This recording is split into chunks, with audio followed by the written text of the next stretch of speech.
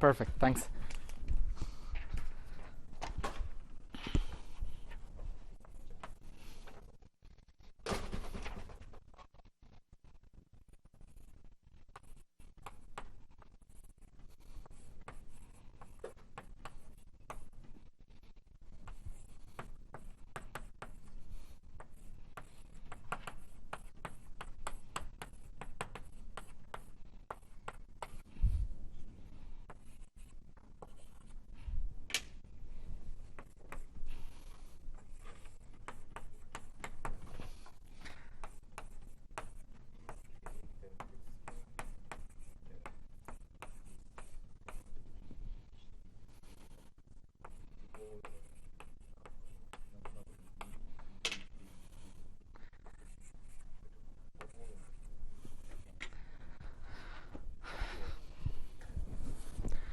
Okay, so let's conclude these lectures with some putting together geometry, dynamics, and so on, what we have seen so far.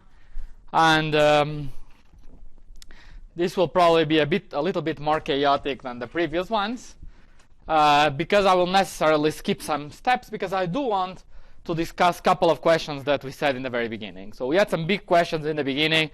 What happens when we go to factorization points? How do holographic directions emerge? And so on. And here I'm faced with an option of either going into many details and going through at the same pace as until now, and hopefully in a comprehensible way, or jumping a little bit, but then at the price of being able to at least give you a flavor of how can we start grasping these tough questions. Okay? So it's your role to try to slow me down in case I'm really overdoing it in terms of speed. Before we start, let me mention that at the end of the lecture I will mention some references, and I also wanted to advertise something that we run every year, which is called the Mathematica Summer School on Theoretical Physics, which is, I think, a very, very good physics school. So if you want, check it out. The deadline for applications is tomorrow, and the website is Mathematica Summer School Theoretical Physics, msssp.org.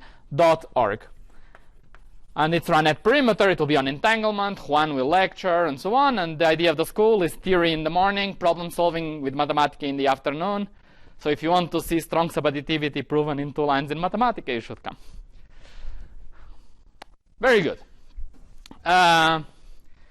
So let's see where we are. So our goal is to compute this expectation value of this Wilson loop, which is parameterized, say, the hexagon, for example, which is parameterized by these geometrical parameters, our space, our time, our space, and our angle, that is not seen here, which, as we said, we can think of these variables as taking this cusp, and tau would flatten it, sigma would move it left and right, and phi would move it out of the plane. And what is this object? This object is not the Wilson loop, because the Wilson loop perceives divergence because of ultraviolet divergences. But we consider some nice ratio. We use this middle square Wilson loop, the pentagons Wilson loops, to make a finite ratio. Okay? So this was one thing. Then we said that, by the way, these guys here, these lower objects here, they are all governed by a very simple property of the flux tube, the simplest one if you want, which you can think as the string tension or the energy density of the flux tube. Namely, as you take local operators and stretch them, their energy grows with logarithm of the spin times some function of the coupling, which you can think as the string tension, which is this cusp anomalous dimension that I wrote there. So much so that these Wilson loops that have no cross ratios, because they are just squares and pentagons, could be computed by just doing a computation in QED, just compute it in QED, glue one from one edge to the other, and replace your coupling by this cusp anomalous dimension. How do we find the cusp anomalous dimension? By going to this vacuum of my theory, which contains many, many, many derivatives. And going to this vacuum, we played yesterday with some example of doing exactly this, starting with an integrable theory. In the case we did yesterday, it was the ferromagnetic spin chain. And starting to put many, many, many, many magnons and going to a very different state, very excited state, which was the antiferromagnetic state. So here we can do the same. And in this way, we can, and Benjamin Basu did it, because it's not as trivial as the antiferromagnetic case. It's more complicated. The theory is a bit more complicated, but it can be done. And here is the outcome of this analysis. Say we want to study one chromodynamic excitation of my flux tube. It's the analog of the Goldstone bosons that Raphael had. So we take our flux tube and we hit it with our finger, and some excitation is moving with some momentum p. This is the same as saying that I have some field strength moving in the sea of covariant derivatives in the language of operators, or I have a Wilson line and I put some adjoint field that moves in the Wilson line. What's the energy of this excitation? Well, the fundamental object is this matrix M that we wrote here. And the crucial thing is this -1 in this corner, the fact that we have to invert, which was exactly this statement that we went to a new vacuum, remember? So we invert this kernel to go to this new excited state. So what is this matrix? It is just, so there is some matrix here that, by the way, if we want to extract the element 1, 1, it doesn't matter, but later it will. So this matrix yesterday I did not write, I'm writing it today. But this is the important part. It's the identity plus twice, and then here is a matrix, very explicit, you see. just so that we don't even need to think much. Just J1, J1, J2, J1, J3, J1. See, just product of two Bessel functions. JA is J of 2GT. Okay, so this is the matrix, and you see the odd columns that are some minus, the even columns that are no minus. It's what it is. Okay, so we take this big matrix. This integral is a shorthand notation for this. It's integral dt over t, and then this exponential factor that makes it very convergent. And we compute this matrix, and for example, the cusp anomalous dimension is the element 1, 1 of this matrix. It's the simplest possible thing you could do with a matrix. You compute a matrix and you look at the corner. What about, for example, the energy of a gluon excitation on top of the flux tube? What about the momentum of a gluon excitation on top of the flux tube? It's not much more complicated. You see, you take the matrix, but now instead of extracting the element 1, 1, you first dot it with an infinite vector, and then you extract the element 1 of the corresponding vector. Yeah? So what is this matrix? This is this infinite matrix that is universal. It's universal because it has this physical meaning. We go to this vacuum. We always go there. So whatever we want to do, we will always go there. So this is universal. And then this is not universal because this corresponds to putting a gluon on my flux tube. But I could put a fermion or I could put a scalar, and this would change what these vectors are. So for each kind of excitation, there is a different vector kappa. For the momenta, the same. There is a kappa tilde. So you see the solution comes naturally in parametric form. It's not energy as function of p, but it's energy as function of u, p as function of u, and then you can invert and get energy as function of p if you want. Right? And what are these kappas? These kappas are some explicit vectors, and they are not much more complicated. So here is the u dependency in yellow. You see it appears inside some cosines and some sines, and otherwise it's a bunch of Bessel functions once again. And just for total completeness, I thought I should do it once. I never did it before. But here is the S matrix also for two gluons written with all possible factors at any value of the coupling. This is how two gluons scatter with each other. Okay? So there are some gamma functions. 3 gamma functions divided by the same thing with u and v exchanged. Here's some exponential that is totally explicit. Something with u minus something with v. And here, you see kappa dot with m dot with kappa. So this is the most general thing you could do with a matrix M. Either just extract an element, dot with a vector and then extract an element, or dot with two vectors. Right? So this is the most general case here. It's a bit more complicated. And this gives a dependence on u and v. And you see by construction it is antisymmetric. If I swap u and v, I get 1 over the S matrix, which is just unitarity. Okay? Good. So now I did not prove this. Again, I think conceptually it's not more complicated. Once you know the bit equations, it's not more complicated than the antiferromagnetic case, conceptually. Technically it is. And also to get bit equations, it's a bit more complicated in n equals 4 than in the XXX spin chain. But it can also be done, and there are many reviews on the subject that I can give you later. But you can agree that there is some notion of spin chain. I'm telling you that the excitations are integrable. I think you can believe me. It's not a big mystery. Any question on these results, on the notation? So let's see what happens at weak coupling. Okay. Now at weak coupling, when g is much smaller than 1, remember that g and lambda are the same basically. So what happens as the coupling is very, very small? So as the coupling is very small, it's important to note that most things simplify dramatically, because these Bessel functions, they all start with g to the power a, so they are all super, super small. So everything you can see, almost everything is super small, and you can drop almost everything. So when you go to very, very weak coupling, you basically keep this identity. And roughly, that's the leading order thing. You just keep the identity and nothing else. And then, once you want to go first loop correction, you keep the J1, J1, because J1, J1 is g squared. This is g cubed, this is g cubed, this is g4. You keep the corner one. Then if you want to do 3 and 4 loops, you start keeping the other ones. But it grows very, very slowly with loop order for the matrix M. Similarly, for these vectors kappa, the further you go down, the higher, the more they are suppressed in the coupling. This one here is probably J7. It's already very suppressed. It's like g to the 7. Okay? So it's very, very easy to compute. So let me write to you what this is. So if we see, so to leading order, of course, the energy is just 1 plus g squared times something. I'm going to write in a minute. You see, it's the 1 there. And the momentum is 2u plus something. The momentum I'm not going to write.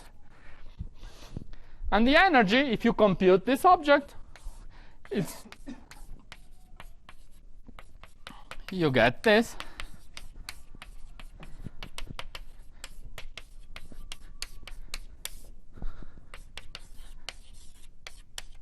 Up to 2 loops plus order g to the 4. Okay? Where psi is the log derivative of the gamma function.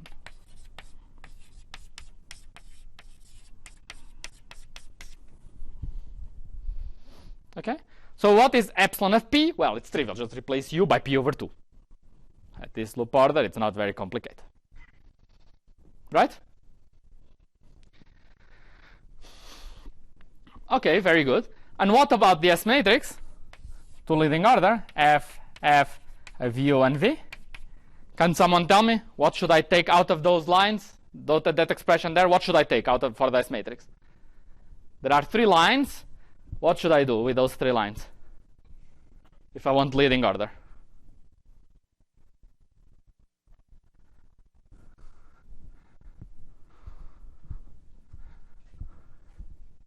Well, you see, these kappas, they are small, right? So this is small.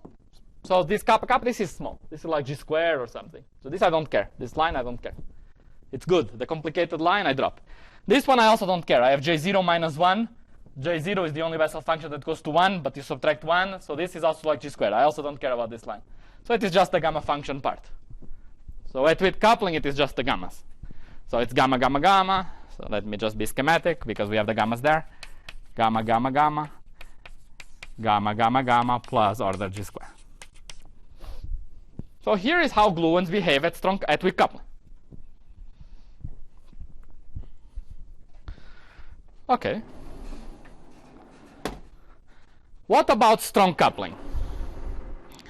Now this is the beauty of this. As Joan said, we have these examples where we can interpolate and go from weak to strong coupling and so on. So what about G much bigger than 1? Well, we can compute, but now it's much harder to compute. As I told you, I mean, it's already a bit trickier. I mean, everything is well defined in the blackboard, but it's a mathematically more complicated problem. So let me tell you what the result is. Let me write just epsilon f as function of p directly, and it's square root of 2 plus p squared. And the S matrix between two gluons with momentum p and p prime is 1.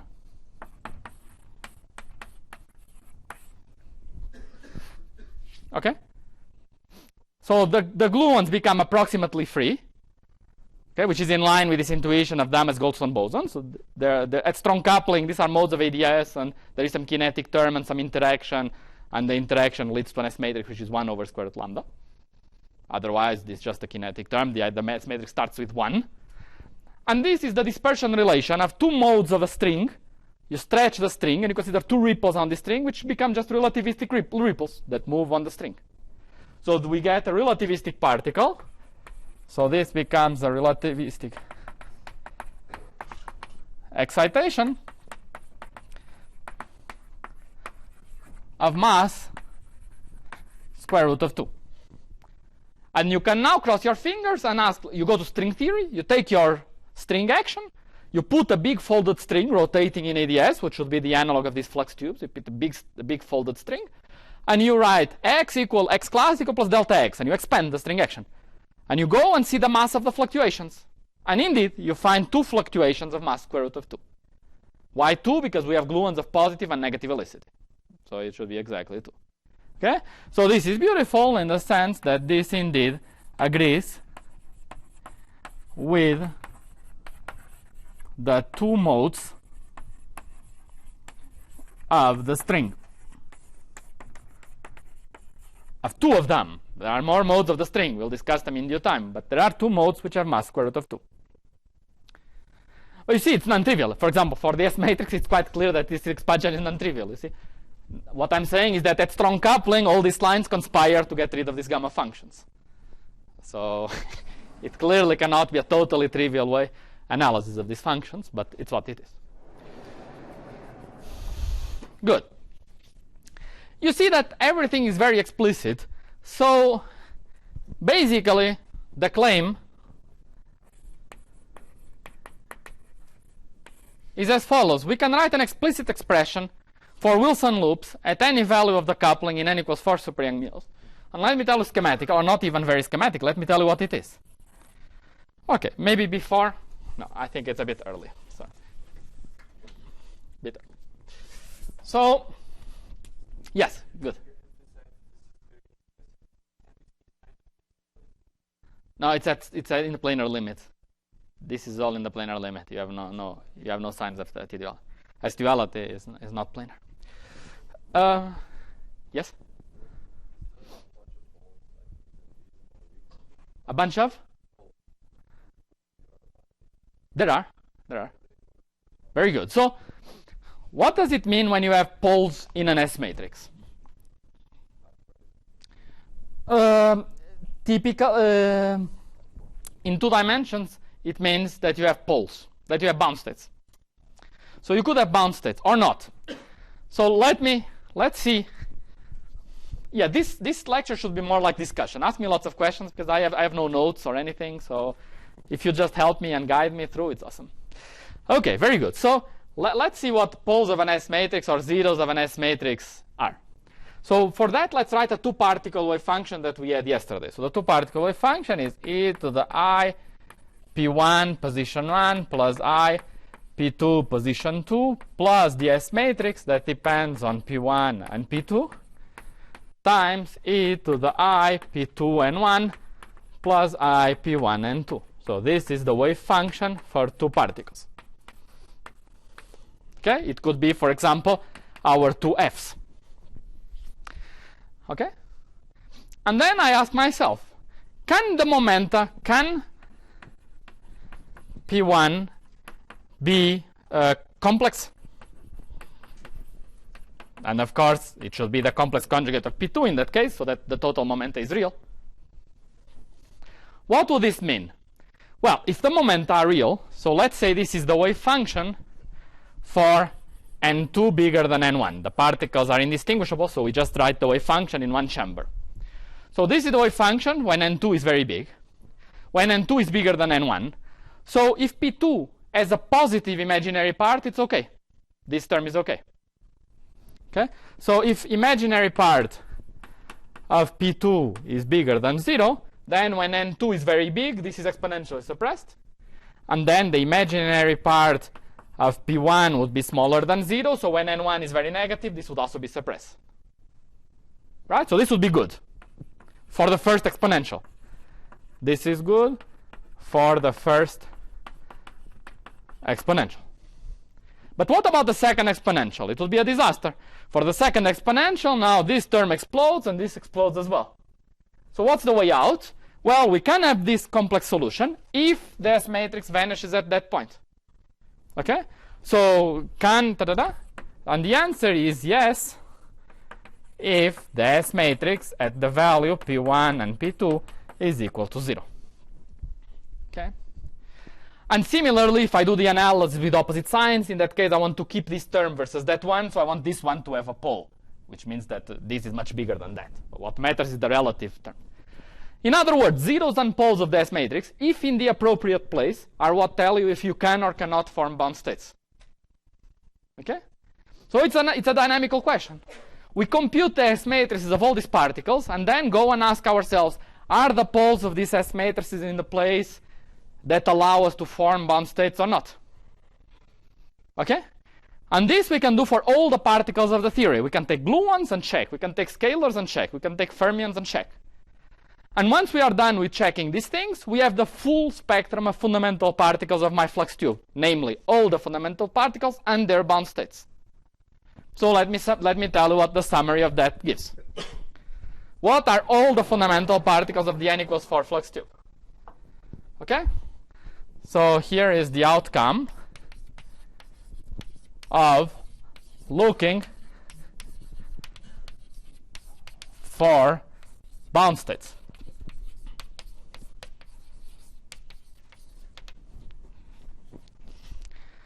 Very good. So what are the excitations? Let me write them. So we have a scalar. We have scalars, fermions, and gluons. Fermion bars and gluon bars. Okay? Is it okay, this notation? That's gluon of positive helicity, gluon of negative helicity. And now you ask, they do they form bound states? And the answer is gluons do. Indeed, these poles of the S matrix are such that they form bound states. So as there is a bound state of 2 gluons, a bound state of 3 gluons, a bound state of 4 gluons, and so on and so forth. And here I can have a bound state of 2 gluons of negative helicity, a bound state, and so on. What about scalars? No, they don't form bound states. Fermions, they don't form bound states. This is a dynamical outcome of the analysis. It doesn't have a geometrical explanation as far as I know. Okay? And what am I drawing? Why am I drawing it in this way? What is special about these columns? Let's think a little bit. So here I can think that from the point of view of SU4 representations, this is a singlet of SU4. Here this line, this fermion, it transforms in the 4 of SU4. Scalars transform in the vector of SU4. Psi bars in the 4 bar of SU4. And F bars are again singlets of SU4. Right? They have no indices. Right? Psi has an index A, upstairs or downstairs, depending if it's fermion or antifermion. And scalar has 2 indices down, phi AB. Right? And these lines here that I'm drawing diagonally, these lines here, let's see, all this here, that is being drawn diagonal, is the twist. Sorry, I'm writing in the black hole region, but I will try to write very big. This is the twist of the excitation, which is the energy conjugated to tau. So all these guys have energy 1, F, psi, phi, psi bar, and phi, which is just you put one field and it has dimension 1. These guys here, in this column here, which you see there's only one field, has twist 2. And this column here has twist 2 as well. So twist increases diagonally like this. Okay? And what about the vertical lines? The vertical lines, perhaps it's time finally to use a different color, the vertical lines represent the helicity of these excitations. Remember that we said that we have an angle phi that appears multiplying the angular momentum of my excitations, right? So we have this angle phi. So gluons will have helicity 1. So these guys will have helicity. Where should I write? I will write this outcome, and put here up here. So these guys, like here, have m equals 0. M is what multiplies phi. The gluon, for example, has m equal 1.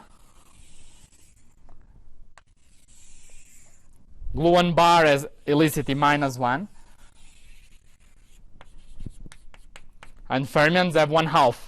M equal 1/2, this guy. And minus 1/2, this one. Okay? So this is the helicity, vertically. Starting, this is twist 1. They are the lightest excitations. And then, as we go far, it's the heavier ones. And these columns here are the SU4 representation under which they transform. So this is the particle content of the flux tube of n equals 4. Yes. Good. So this has helicity 1. Can you guess what this one has? 2. Good. This has helicity 2. And you ask me, can a gluon of positive helicity form a bound state with a gluon of negative helicity? They don't. The force is just not attractive. They just don't. If you study the S matrix between these two guys, you see that they don't form a bound state. Okay? So gluons, you see, that's why I have F, F square, F cube, and here I have F bar square, F bar cube. I'm not writing F times F bar or anything like that. Okay? So there are all these helicities and all these particles and so on. No, this is the classical one. Sorry, classical one. Small lambda. With kappa. So this is just, sorry. This is the twist. at G equals 0 without any anomalous correction. Otherwise, it is the energy that we were writing all these finite coupling expressions. So it's when we put the coupling to 0. You see this 1 is the one that I put there. Epsilon equal 1 plus 4G times something. That 1 there is the twist one. Okay?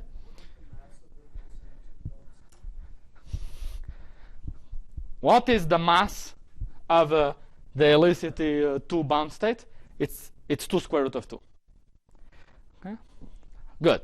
So your colleague is asking what happens if we study the same excitations if we follow the mass of the other excitations.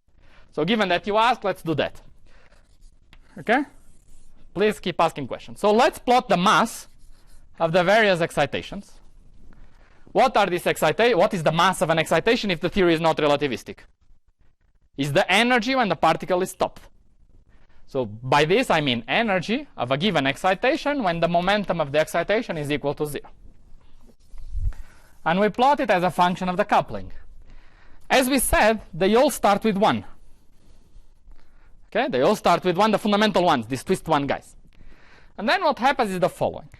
We have fermions that because of supersymmetry, they stay at 1 completely. Because supersymmetry is broken by this flux tube, it so turns out that fermions at 0 momenta are Goldsteinos of this broken supersymmetry, and their mass cannot be corrected by symmetry. Okay? So the fact that this line is flat is an artifact of SUSY. A fact of these guys being symmetry generators of a broken supersymmetry at 0 momenta. So the fermions always have mass 1. And at strong coupling, they become relativistic fermions of mass 1. And that's good. You go to the string action, you expand now the super string action around this folded string, and you see that you get fermions of mass 1. So you are happy. Okay? So this is good. This is for the fermions. The gluon, as we said, it goes, and for the gluons, it goes to this square root of 2.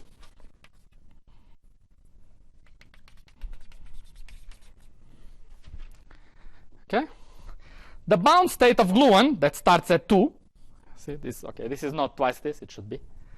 That is 2 goes to 2 square root of 2. Okay? This would be the bound state of gluon, F squared. Okay? What about, and this guy you don't see in string theory as a fundamental mode, but you see it rather as a very, very weakly coupled bound state of 2 fundamental string modes, which is okay. They are a bound state, and indeed their binding energy becomes very small, and you see that strong coupling by just putting 2 modes of mass square root of 2 on top of each other. That's how you see the bound state. It's not a fundamental polarization of the string. Okay?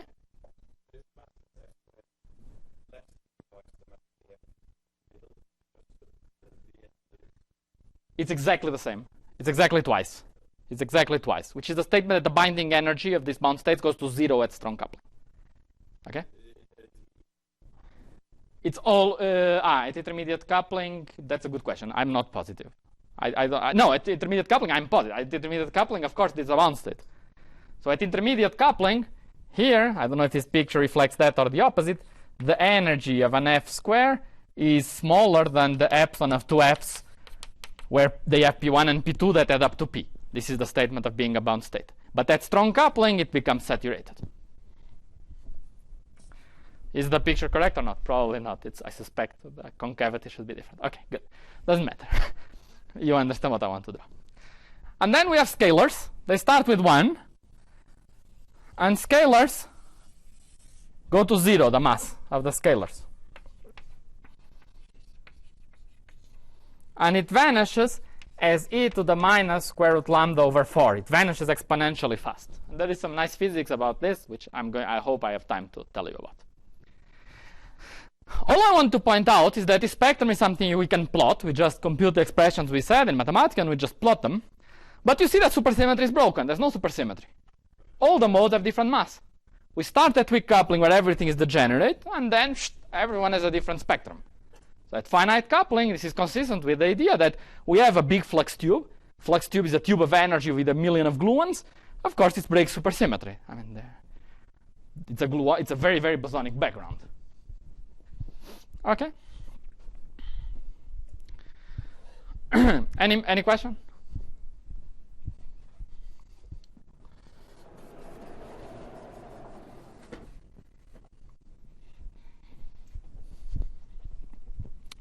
So now that we know all these excitations, I can do here the claim. The claim is the following. That's the main claim here. The claim is that we can compute this Filson loop at any value of the coupling as follows. We do the following. We say that we will sum over all possible flux tube excitations, right? All possible flux tubes that are stretching here between this quark and this antiquark. You see, you have this flux tube that stretches between the quark and the antiquark, and we sum over all possible states. Yes? No. So, it's no. So we have a flux tube, and we want to sum over the states. What does it mean? We sum over the states. What's the slightest state? Vacuum. What's the first state? One gluon. Second state, two gluons, and so on. So we have to sum over all possible states. So what we do is we go to the table that I wrote there, and we take any number of particles out of this table. Right? We start taking multi-particle states made out of any possible excitation here in this table. Okay? I start with vacuum, then I put one gluon, then a bound state of gluons, then two gluons. Right? Can I put a scalar? Can I put one scalar? Can I sum over the state with one scalar on my flux tube? So I start with my Wilson loop, and then in the middle there is one scalar flowing. Is it possible? Many people are nodding no, but no one is saying it or explaining it. Why it's true that you cannot? Why? So I start with my bosonic Wilson loop, my gauge field around, and I sum over what is flowing. Why can't I have a single scalar going up? Sorry? Symmetry. What symmetry? SU4, because a scalar is not a singlet of SU4. A scalar transforms into vector representation. I cannot start with something that has no SU4 charge and start producing stuff with charge. Can I have three scalars? See, I almost tricked myself. Can I have three scalars? No, because with three scalars I cannot form a singlet with three vectors. What about two scalars? Yes, with two scalars I can put the phi I, contract the indices. This is a singlet. Very good. So I sum over all possible kinds of excitations. Let me put a vector A. A vector A indicates, for example, A can be, for example, let's do an example. It can be a gluon. It can be a bound state of a gluon of negative velicity. And it can be, as we said, about two scalars. So this could be a singlet. Of course, this is not the simplest case. The simplest case is just one gluon or even the vacuum. We sum over all possible A's. And these guys, each of these objects, comes with its own rapidity, with its own momentum parameterized by this U. U1, U2, up to U capital N. Then what do? We integrate over its momenta. du1, dun. And then we have some integrand. Let's use the kind of letters that Freddy was using. We have some integrand I. And what is the claim? What do we know about this integrand? What's the claim?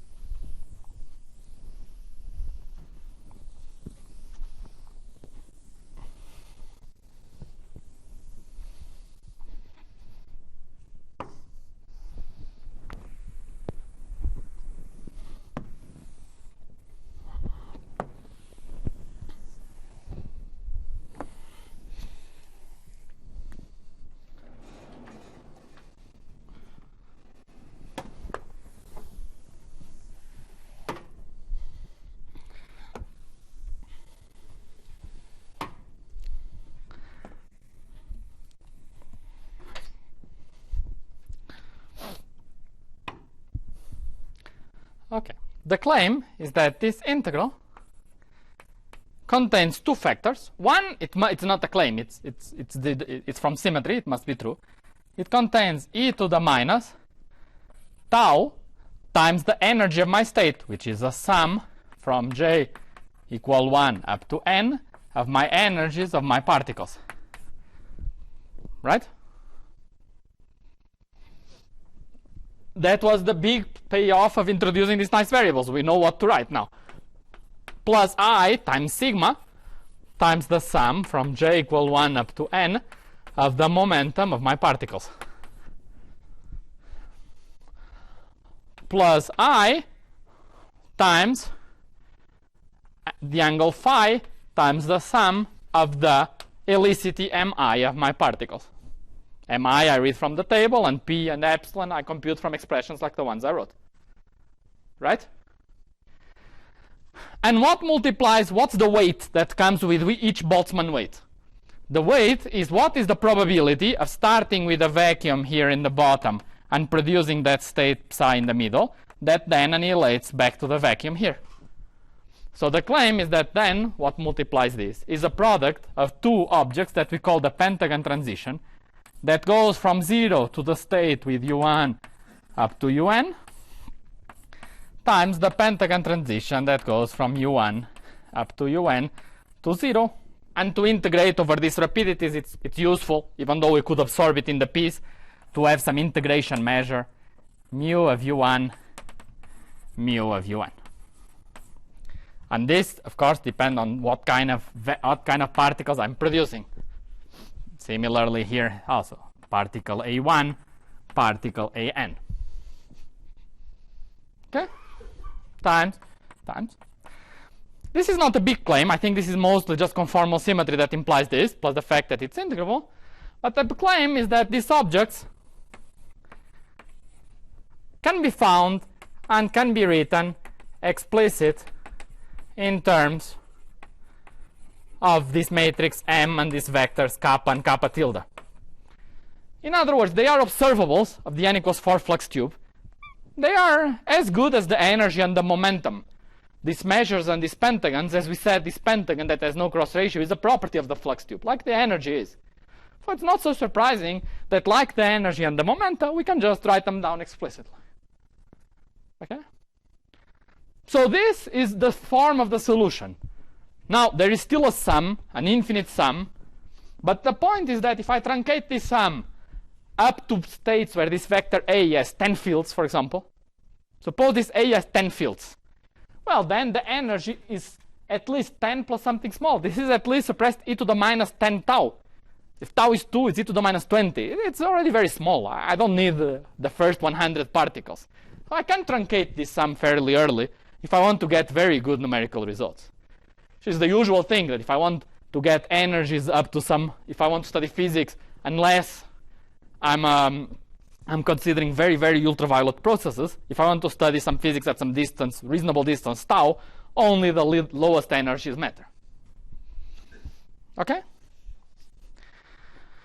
So the claim is that with this expression at hand, and I'm going to give you an idea on how we find these objects now, but the main claim is that now that we have this expression, we can start asking the kind of questions that I said in the beginning. So here we have a representation of the amplitude. How do we start extracting physics out of it and study particular interesting kinematical regimes?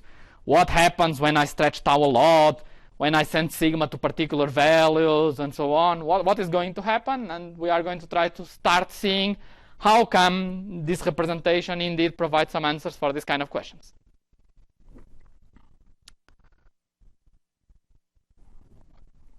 Okay? So this should not be totally surprised again. This P, we managed to find the S matrix and so on. And basically, now we have to find these pentagon objects and these mu's here.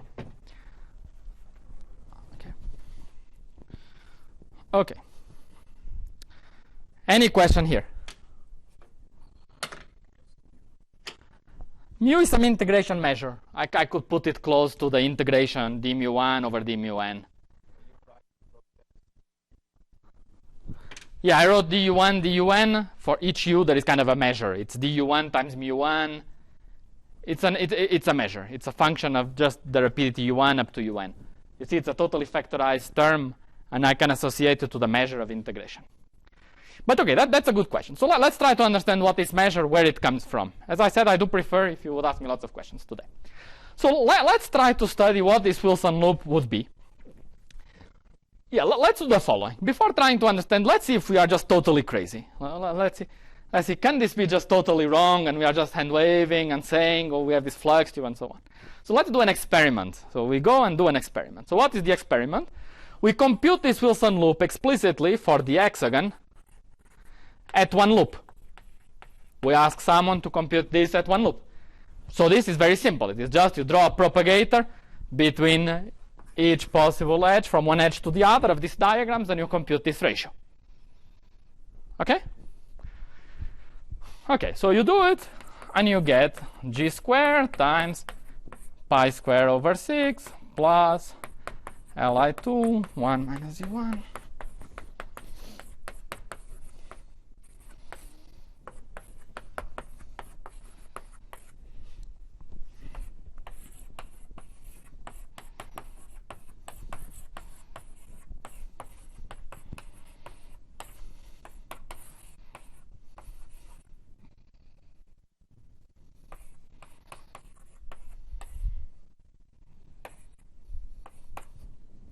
I don't remember. It can be actually already be wrong, but I think maybe it's not.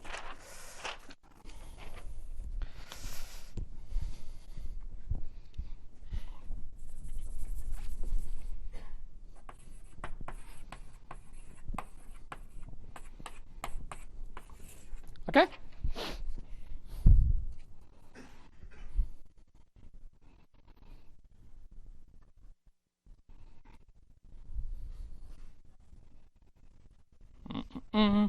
No, I forgot one more term, so there are 6 terms. It's not important. Okay, some signs here are wrong, but no one cares about the explicit expression. Okay, very good. So this is what the result looks like. You see, people don't write it in terms of this tau, sigma, and phi. They write it in terms of cross ratios, u1, u2, and u3. Right? This is the most reasonable thing, indeed. So now what we do is we plug the expressions we got before. Okay, let me remind you, for example, what was u2? u2 was 1 over 1 plus e to the 2 tau. And u3 and u1 were slightly more complicated. We plug it here. So we plug this, u1 and u3. We plug it here, and we expand at large tau. We series expand this at large tau, and we see what we get. Is it reasonable? Do we start seeing things that can look like they have this kind of interpretation or not? Or are we just insane? Okay? And the Wilson loop is, of course, 1 plus Wilson loop at one loop plus ... Okay, very good.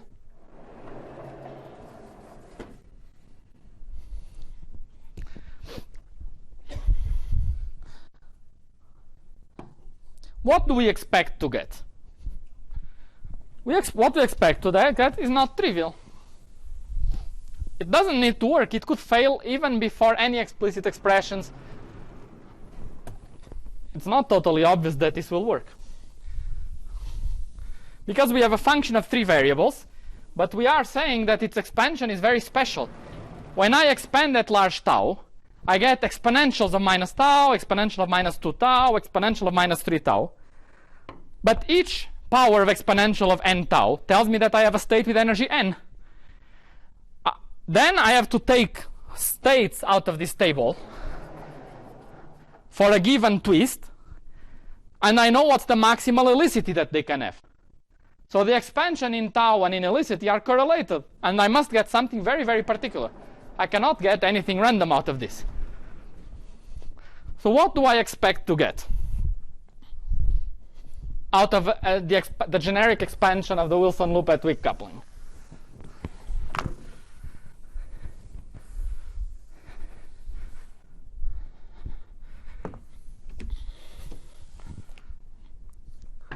what do we expect to get? What should we get? We should get Wilson loop to be 1. 1 would be the vacuum, plus e to the minus tau. This would be a gluon or an anti-gluon, right? And because it's a gluon or an anti-gluon, sorry, a gluon, a positive velocity or negative velocity, they should come with e to the I phi or e to the minus I phi, and we should not distinguish, so there should be some kind of cosine phi. And then some momentum p times sigma that we are computing, where we have f of sigma, which would be the integral of some f hat of p e to the I p sigma. But what we see when we expand the function is this. So, right? And then what do we expect when we compute e to the minus 2 tau, the next term? Well, we can have cosine of 2 phi times some function f tilde of sigma plus a function g tilde of sigma plus dot dot dot. You see, it's already a very particular kind of expansion. Why did I write these terms? Let's see. What is cosine of 2 phi? It's terms that have helicity 2 and twist 2. What could they be out of that table? Good. So this f tilde, so this f is just from this. Now f tilde could get contribution from f square or from 2f's. It can be a bound state or just 2s. And the same thing for f bars. They have maximal helicity. If it's maximal helicity, I don't need to mix it with anything else. What about g tilde? G tilde could get contribution from an f and an f bar. This would have total helicity 0. Also, 2 scalars. This would have total helicity 0 as well. Or 2 fermions, namely a fermion and a fermion bar. They would also have, they could also form a singlet, and they would also have helicity 0. Right? And so on. So you see, it's already non-trivial. I could start expanding and getting, for example, e to the minus tau times a complicated function of sigma and phi, where phi doesn't show up outside, and it just becomes totally entangled with sigma and appears some function 1 over e to the sigma plus e to the phi downstairs. And this would immediately tell me all this picture doesn't make any sense. So it is kind of a sanity check. And indeed, it works. Okay. So indeed, whatever we write, which is what we expect, we compare with the expansion of this function to 100 terms, and it all comes out exactly as we expect. And for example, this f of sigma is given by 2 sinh sigma times sigma minus 2 cos sigma times log of 2 cos sigma. Okay? I don't remember this sign. And then we Fourier transform. We Fourier transform this expression, and this gives integral du over 2 pi e to the 2I u sigma. So I'm Fourier transforming but putting a 2 here, which is fine. Why do I do it? Because I know that the momentum of my excitation is 2u, remember? So it's useful to do it with this convention. And then here I get, let me call it mu of u, where this mu of u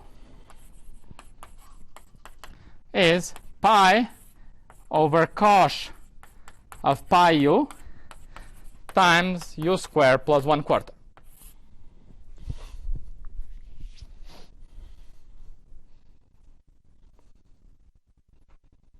Okay? So for now, let's keep it as this.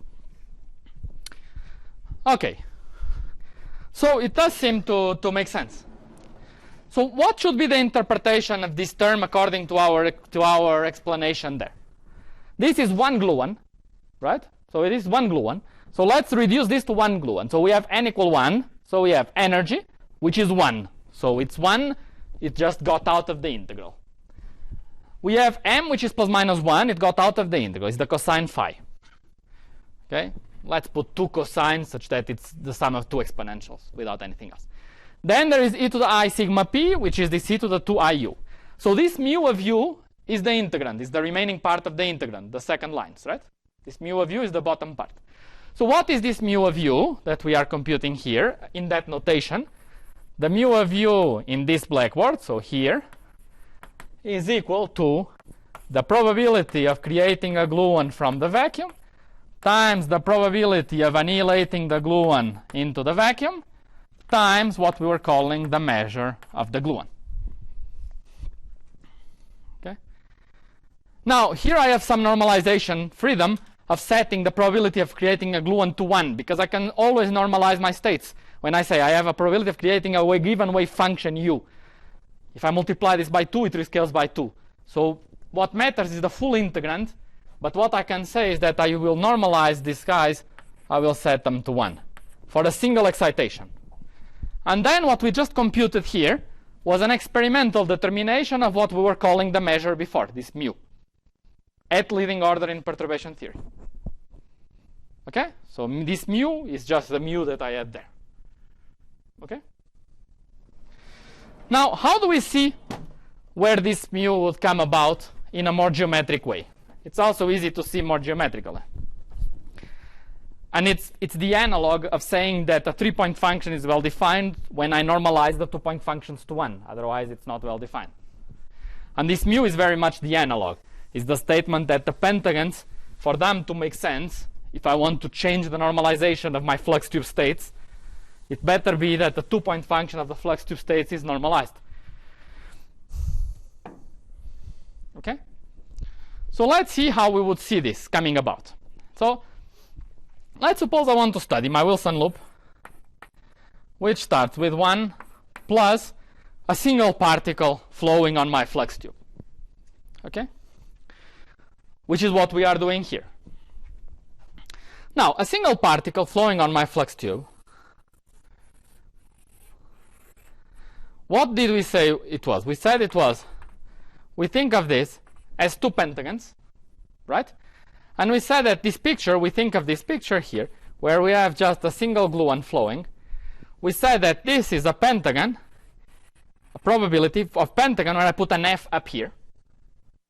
This is the first part. I create from vacuum, I create an F, times the pentagon, where an F goes to the vacuum, right? Do you agree? This is what we said. 0 goes to F, and then F goes to the vacuum, these 2 pentagons. You see that the way we are gluing, we are tessellating these pentagons, is more like we are putting some tiles on top of each other, but they overlap. Right? This square is counted twice. This square appears here, and it appears here. So it looks like we are overcounting. It looks like we are saying we are studying the propagation, and we are overcounting this.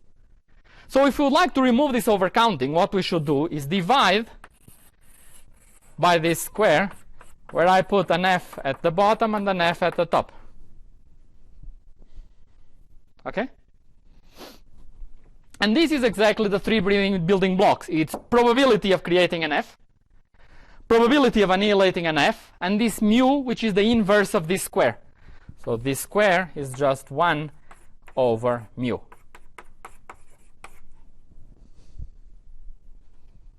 Okay? And how would I construct it? Is it a new object compared to the pentagon, or can I say the pentagon is the fundamental object and the measure is derived from the pentagon? And indeed, this is the answer. So let me tell you why. So this is actually derivable from the pentagons.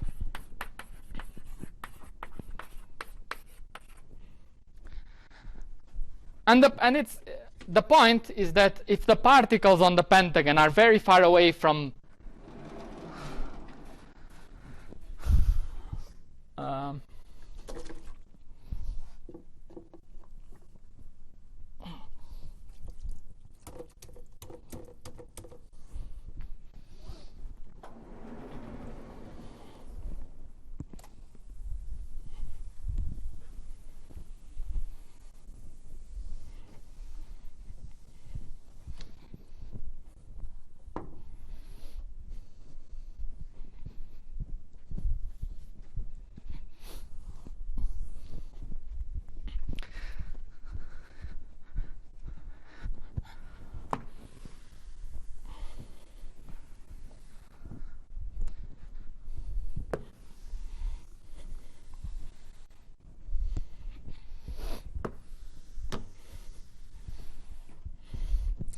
the idea is the following.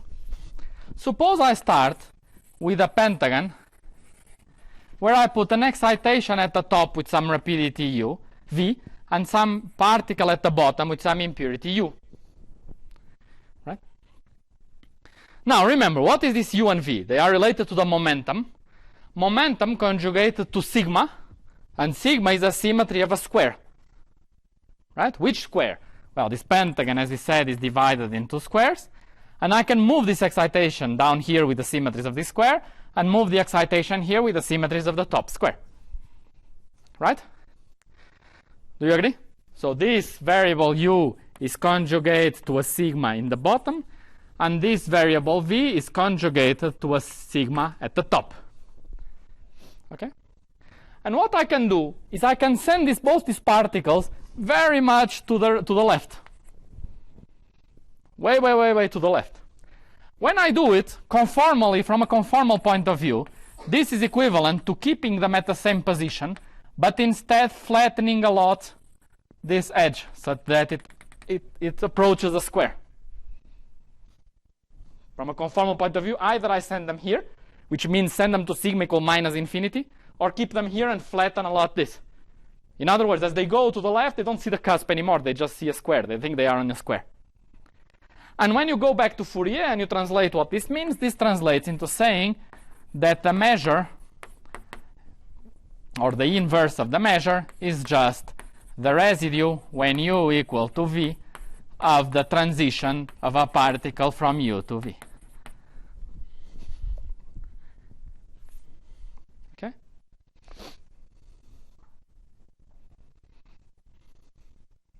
Okay. So then, the big question is, of course, how to find this piece, at any coupling. Right? Because if we do, this is the remaining building block. Energies, we are done. Momenta, we are done. Elicities, we are done. Measure, if we find P, we relate it to the measure. So all we have to do is find these pentagon transitions.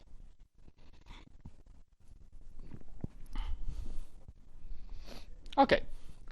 And the basic idea, the main idea, if you don't want to work, you use the bootstrap. Right? Bootstrap is this idea that you pull yourself by your straps and you find a set of symmetry properties of these axioms, you constrain them so much that they come out for free. Okay? And the idea is to bootstrap them. So what does it mean? How do we bootstrap these pentagons? What exactly do I mean by this? Well, let's try to see what properties should they satisfy.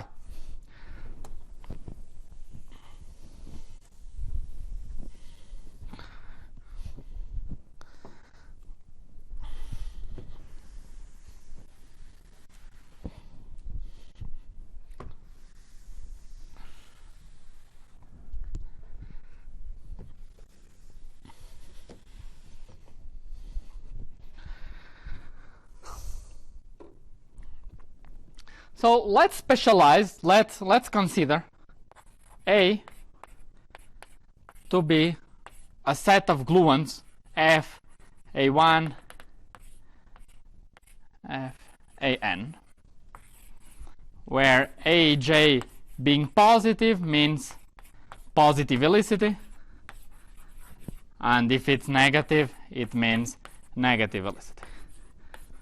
So F minus 1 is F bar, just to have a unified notation to describe all gluons at the same time. And let's study pentagons that involve gluons going to gluons, or just gluons. Okay? So this is a particular case of this. So we want to study what's the pentagon for a given set of gluons, the probability for producing a given set of gluons, A1 up to AN.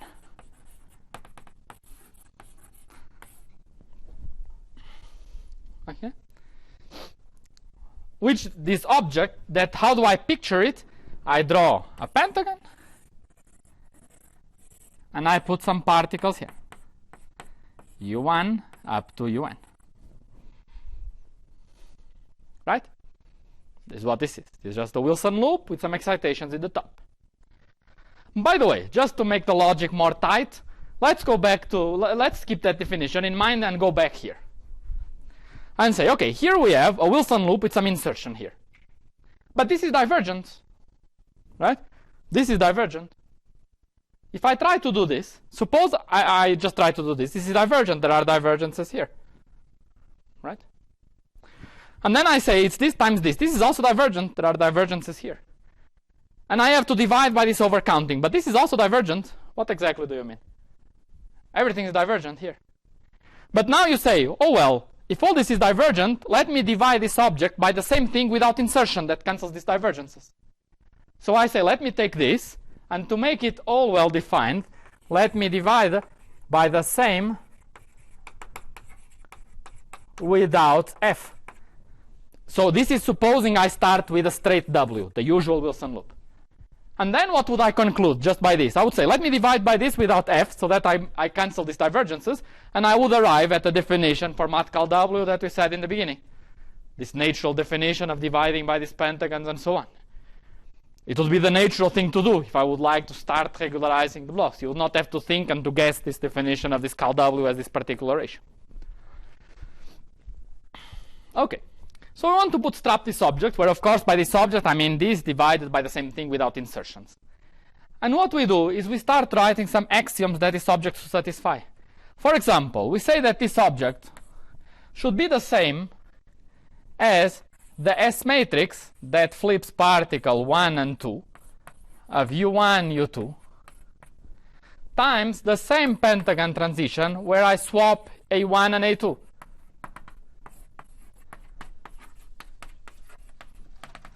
Which graphically, I just say that this picture is equal. It's like a Schwinger-Dyson equation. I just take an S matrix and then I put U2, U1. Right? S matrix times the same object. Swapping two particles, you pay an S matrix. This is an axiom.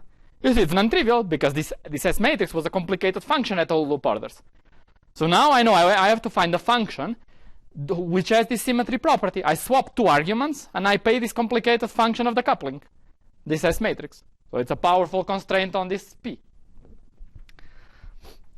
Another constraint comes as follows. There exists an analytic continuation U gamma. This means you take U across a path gamma. It can be, it actually amounts to coming back to itself, but after doing some monodromies in the complex plane. The point is that there exists such transformation where the energy after the analytic continuation becomes I times the momentum, and the momentum after this analytic continuation becomes I times the energy. Okay?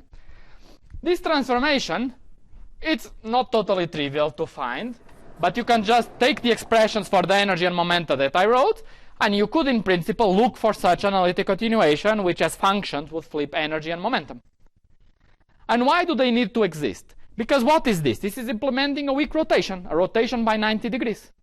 But the square is invariant under rotations of 90 degrees. Right? A square, I can put excitations in the bottom or I can put excitations in the side. It's totally invariant. So my theory, when I describe propagations in this square, should have this mirror symmetry. It should be possible to rotate excitations and weak rotate them around. Okay? So this has to exist because the square, I can put an excitation here and apply some transformation that weak rotates the excitation such that if I put the particle an F with some U gamma, it amounts to putting an F with some U. Okay? Is it okay? Do you agree that such thing has to exist? Yeah? Now, what is not clear from this argument is if after continuing, is it F or is it F bar? Because F and F bar is measuring the helicity, and after rotating, it can be that it changes. So this you can do by looking at the symmetry matrix that I told you with tau, sigma, and phi, and asking, if I relabel all the edges and I see the particle from another point of view, is phi going to phi or phi going to minus phi? And the answer is phi goes to minus phi. So the proper way to think is that F goes to F bar. Okay? That is just an outcome of analyzing carefully this symmetry of the square that I told you about. So now we can write a very powerful axiom, which is as follows. We just say that we can apply 5 mirror rotations to take particles around this object. Okay? So now we don't apply this transformation once to move it by one step, but we apply it 5 times such that we can write an axiom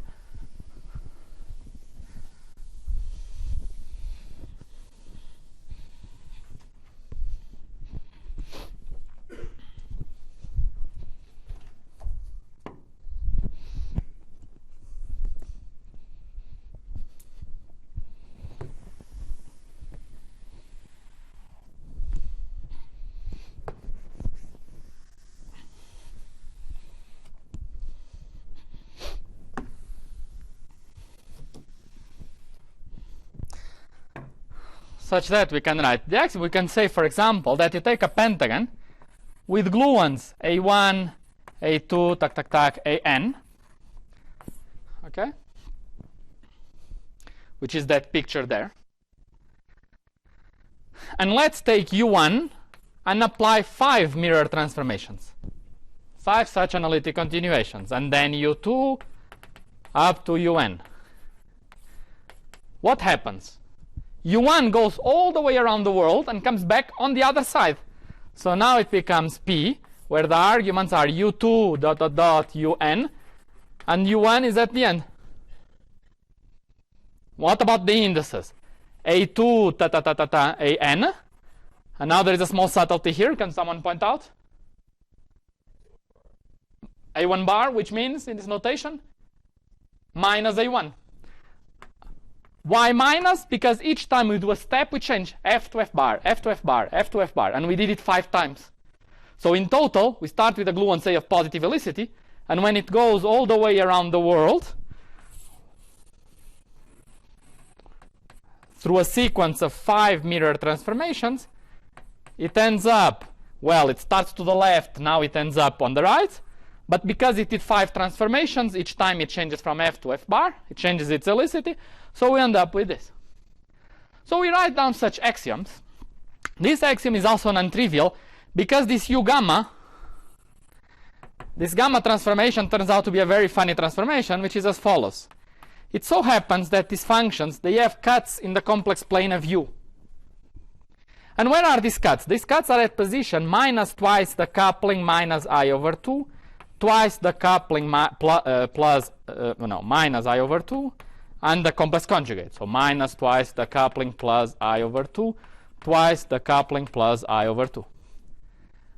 And this analytic continuation, gamma, is the following. You take a point, and you go through these cuts, and you come back. Okay? But you see something funny. Suppose someone gives you an expansion in perturbation theory. In perturbation theory, these guys disappear. Puck, they collapse. Because these cuts have size 2G or 4G. So when G goes to 0, they close. Right? So it's like you have to pass a door before it closes. Right? But the door is closing, and you need to do it at finite coupling. You need to solve the theory at finite coupling, and then you can take the coupling to 0. If you first solve the theory in perturbation theory, you don't see cuts. The cut's closed, and you can still see there is a door there. How does it manifest itself? In poles. Instead of having cuts, you close and you have some poles. And as you stretch a bit, you see that instead of a pole, it's 1 over square root of U minus A prime, where A and A prime are very close. So these poles of the S matrix that we were seeing there, for example, they are cuts that closed, and we were seeing them as poles. So this is a funny, so you see that coupling is being injected in 2 very direct ways. One, this analytic continuation needs to be done at finite coupling. And second, this S matrix. You need to compute it at finite coupling. So such axioms, and I could write 2 more axioms, are quite powerful, but you get the feeling. You write some axioms, and the basic idea, you write some axioms, and then you solve the axioms.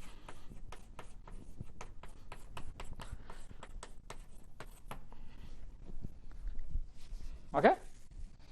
And you solve these axioms, and you get the solution for these pentagons, and then you get the Wilson loop at finite coupling. Okay? So this is the basic idea, and there are many small details that I'm not telling you here, how to deal with the indices of scalars, Do we really understand this well for all excitations? Here I'm only telling you about gluons and so on. Because in the remaining -3 minutes, I would like to tell you a little bit about some cool physics that I think we can extract out of this. Okay? But perhaps what I will do is the following. What do you think? My proposal is the following. Let me summarize with some blah blah, and then those two that want to stay, I can continue for half an hour more and tell you some of the answers to the polemic questions that I said in the beginning. Do amplitudes factorize? Do amplitudes have poles, like Freddie was saying, or is it all a light? So, does it sound good, or do you prefer if I go for 10 more minutes and I just stop there, in case you are destroyed? 10 more minutes and stop, or 1 minute and stop, and then make a small break of 5 minutes, and then we continue with some random comments about what physics we extract. Sorry? Small break? So let me then just conclude for those for which this is a bit out of your range of interest. So the basic idea is that now we have this kind of representation. And what do we want to do with these kind of things? What do we now do with these things? So suppose we find your P's, you have the result, and so on. What can you do in practice with this? So first thing is you have a solution at finite coupling. You can go to weak coupling, and you can go to strong coupling, and see what happens in both regimes. When you go to weak coupling, you get these pentagons, and you expand these functions at weak coupling, like I was expanding the energy and getting these psi functions and so on. You expand them at weak coupling. And what this allows you is you remember when I was saying the Wilson loop is 1 plus e to the minus tau times something plus e to the minus 2 tau times something. Now we can compute these guys exactly, very easily, to any loop order. Okay? And this is being used right now. People that do the most advanced loop computations, like Lance Dixon and collaborators, the way they do them is they don't do Feynman diagrams. They just say, well, at one loop we have logs and Li2s, like I wrote. At 2 loops there are Li4s, Li3s, and so on. So they start getting some intuition about the class of functions that can appear.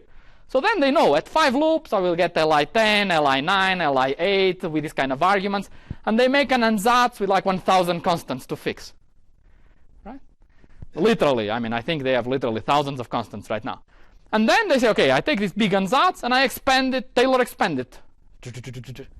And then we give them predictions, because we can expand easily. We cannot get the e to the minus 200 tau, that's very hard. But when we expand in e to the minus tau, then that hashtag there is a full function of sigma that I can expand many, many terms. So we can give them 1,000 terms here, plus 1,000 terms here, plus another 1,000 of terms of the next one. And at some point, they fixed all their constants. And then we start sweating, because when they fixed all of them, say, using this one, we check the e to the minus 3 tau. And now it's totally independent check without any free parameters. Either it works, or both, or their guess is wrong, or our integrability bullshit is wrong. And then we do it, and then yes, it works, and it's very important to cross-check, because when I say you solve them, sometimes there are more than one solution, so we need to make sure that we are picking the right one, and we are making the right guesses, and so on. Then we go to strong coupling. Strong coupling, very nice things happen. Like I said, the S matrix is 1. So if the S matrix is 1, you can easily see that you can say that the pentagon is 1. It's a solution. Right? No, 1 is a solution of what I wrote. And indeed, what happens is that the pentagon becomes 1 plus something small. So now when you have a sum of all the elements are 1 plus something small, this is the typical example of something that wants to exponentiate. So indeed, it does exponentiate, and then you recognize some object in the exponent. What should this object in the exponent be? So at strong coupling, I'm saying the result exponentiates this sum, and it becomes exponential. I'll give you a hint of square root of lambda times something. What should this something be?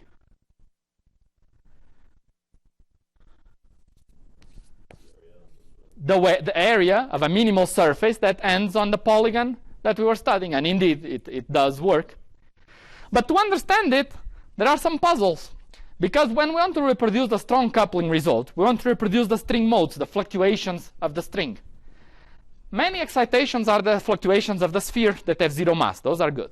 Some are fermions. They don't appear in the classical result. It's irrelevant. They have mass 1. There are 2 guys that have mass square root of 2.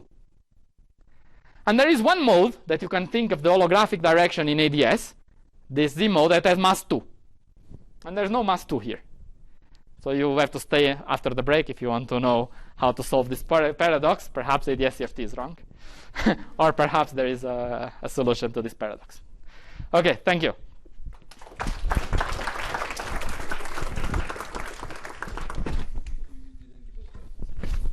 No, I did not.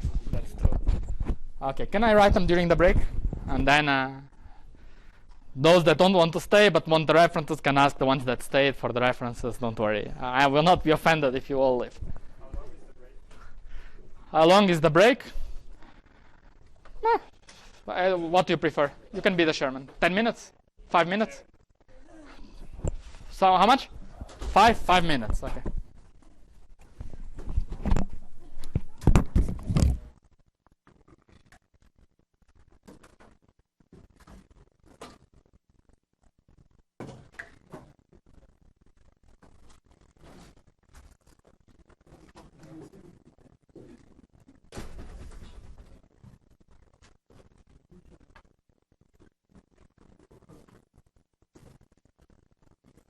These S4 observations, your fluxing observations, we're sitting in so in the ASCFT, that's is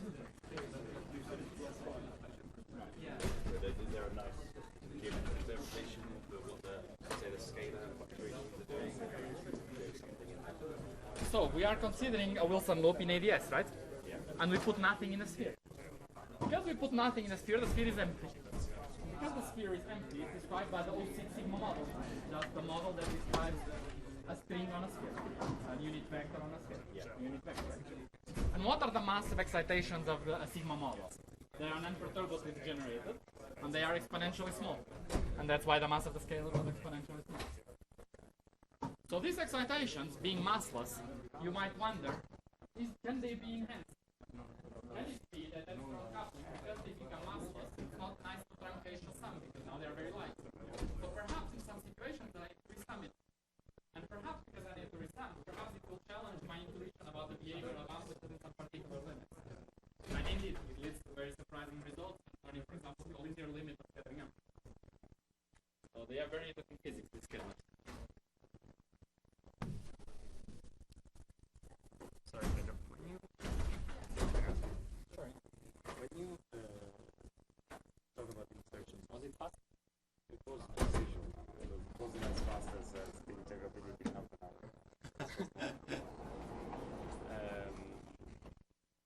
When you talk about inserting this kind of insertion properties, what do you really think about the fact that it's set of a huge operator in the CFD with a lot of derivatives and some F?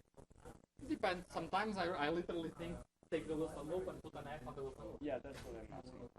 So it's the same thing. The same. If I could, I would just think in terms of the Wilson loop. It just so happens that the integrability techniques are not developed to attack directly in that language. So if I want to compute energy or S matrix or something, I think in terms of local operators. But if I want to study these pentagon transitions or get some intuition about what's happening, I prefer to think in terms of Wilson loop. Okay, but if I do an insertion on the Wilson loop, then I can ask what is the scale dimension of that guy inserted on which one of the Wilson loop. It's not That's right. To me that this has anything to do with the scale dimension of the big operator with lots of derivatives.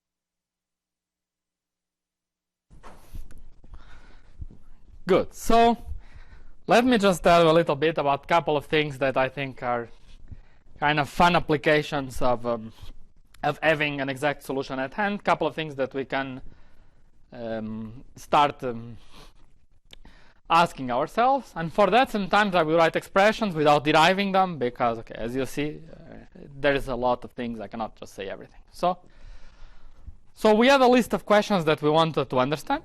And one question we wanted to understand is what happens to a scattering amplitude when we take a subset of momenta, K1, K2s, and K3, for example, and then we have the other ones up here.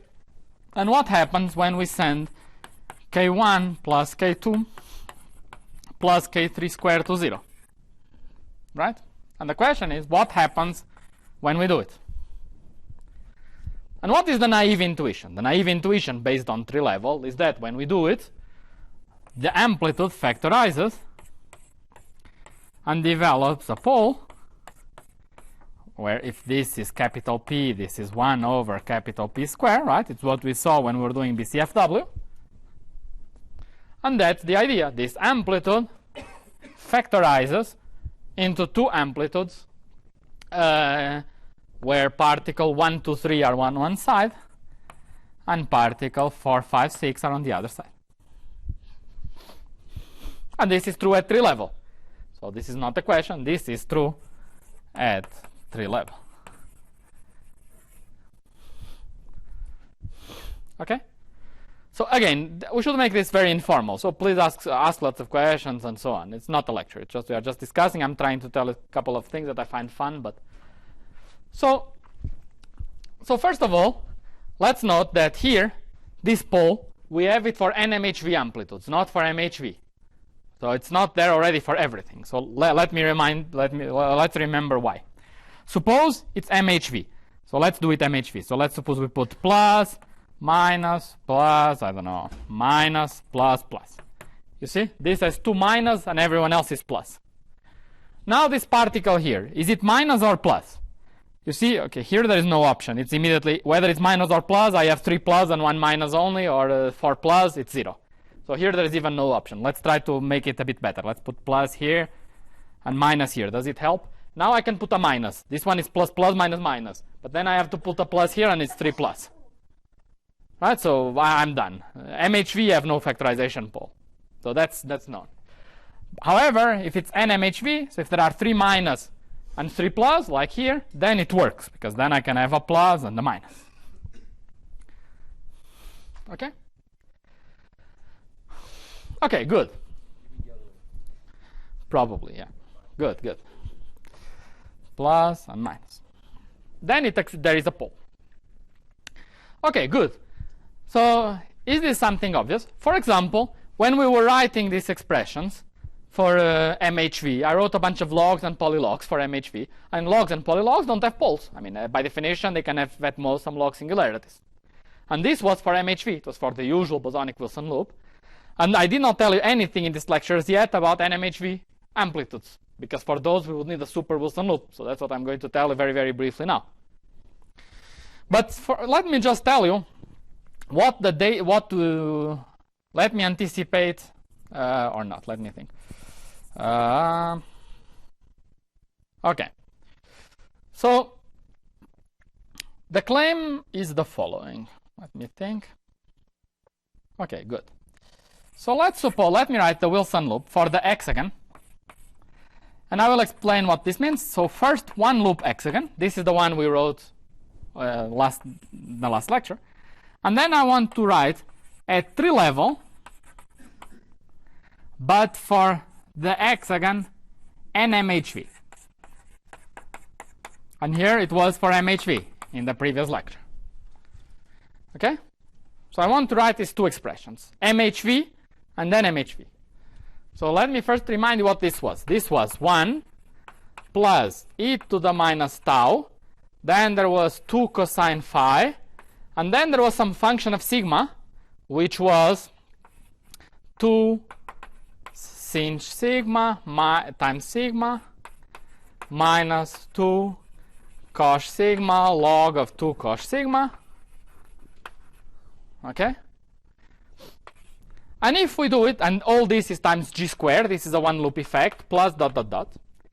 And now I will explain what this object means, but let me already anticipate the result. The result is 1 plus e to the minus tau plus I phi, no cosine, but just one exponential, times 1 over cos of pi sigma, times g to the 0, it's 3 level, plus dot dot dot. So this is how they start. Okay.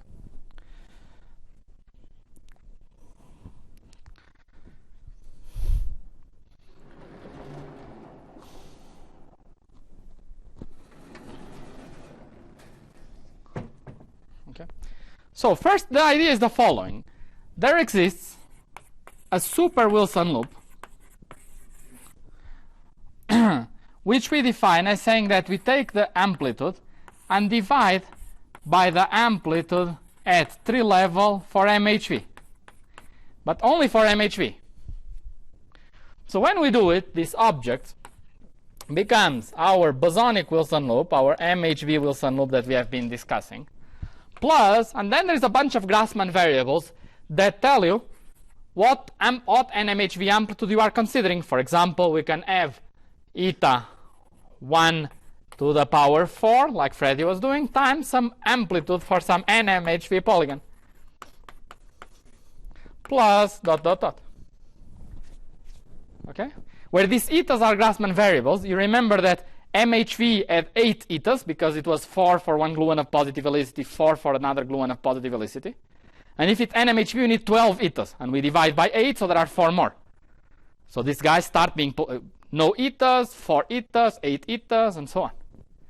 And this notation, 1 to the power 4, could mean that I take my Wilson loop, and in the supersymmetric version of this Wilson loop, what I do is on edge 1, say, I put here on this edge, there is a super connection that is A plus eta 1 times some fermions plus dot dot dot. And what I do is I compute my super Wilson loop where they have some etas along the edges, and these etas are Grassmann variables. So what I'm saying is that I am expanding them down by default, and I pick the guys that have 4 etas on this edge. Okay? This is the super loop. There exists such object which is the super loop. You see, someone asked me at some point, you asked me, right, whether it was a super loop, and I said no, and it was correct. This is not a supersymmetric Wilson loop, in the sense that this object, I expand and I bring down 4 fermions. So there are 4 fermions and a flux tube with 1 million gluons. It's not supersymmetric. The gluons win. Okay, but indeed, people call it a supersymmetric Wilson loop. So what we are doing here with the super Wilson loop is saying that I put something on this edge. And what is this something? I don't know. I don't care. This is the beauty of this method, but it has 4 etas, so it is a singlet of our charge. So from the point of view of understanding what can flow on this Wilson loop, the analysis of the excitations, it's the same thing as before. It can be an F, it can be 2 Fs, it can be a psi and a psi bar, but it cannot be just a single scalar. Okay? So everything is the same as before. Okay? So everything is the same as before for this object, so how come the result is different? Right? How come the result is different? If everything is the same as before, if I would start deriving it using integrability and so on, what would change? And what would change is the following. There exists 0 modes of the bootstrap.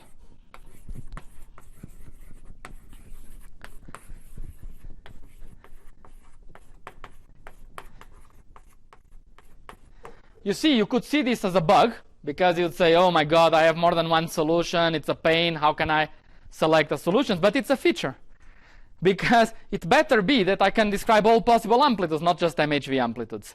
So the fact that there is some freedom in the way I solve my bootstrap and that there are more solutions, it's a good thing, because it allows me to describe some pentagons that describe the first line and some pentagons that describe the second line. But of course, it should not be something crazy. It should be something simple, the ambiguity freedom.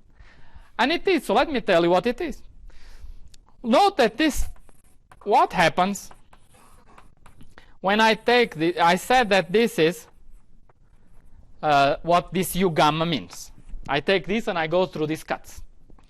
So this, another way of saying it, is that this is under this gamma, x plus minus go to 1 over x plus minus, where x plus minus are the so-called Joukowsky variables, which are defined as x of u plus minus I over 2, where x is defined as x of u equal u plus square root of u square minus 4g squared over 2, which is equivalent to defining as x plus 1 over x equal u over g.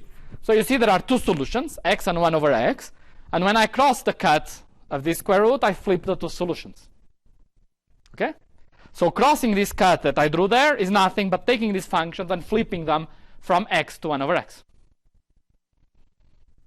Okay? Good. Now, we note something nice. We note that, for example, if p0 to u, for example, is a solution,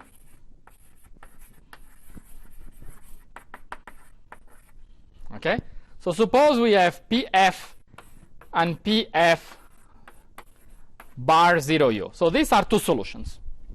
For example, we normalize them to 1 in the case of MHV. Right? So this was just equal to 1 for MHV. We said we normalize these guys to 1.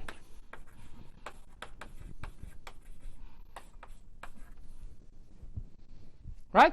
1 obeys what kind of nice axioms? 1 obeys the axiom that if I take 1 and carry it and do 5 analytic continuations, I get 1. Right? Is it clear? So 1, I do 5 analytic continuations, is still the function 1. But what should it be the most general case? What I should have is that, what I need to have is that pf of 0, and if I do 5 gammas, u to the 5 gamma, this should be pf bar of 0u. Right? And by the way, this is not true. What I wrote here, this is not this. 1 second. So u is approximately g. So it's like this. Okay? And this is x plus minus goes to g squared over x plus minus.